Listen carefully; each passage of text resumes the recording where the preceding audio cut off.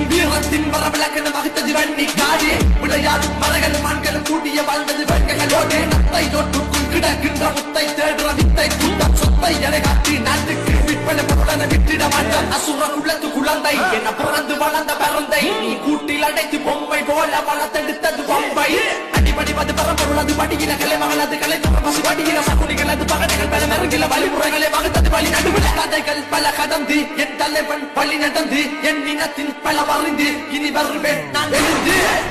மலையில கப்பல் அணையுது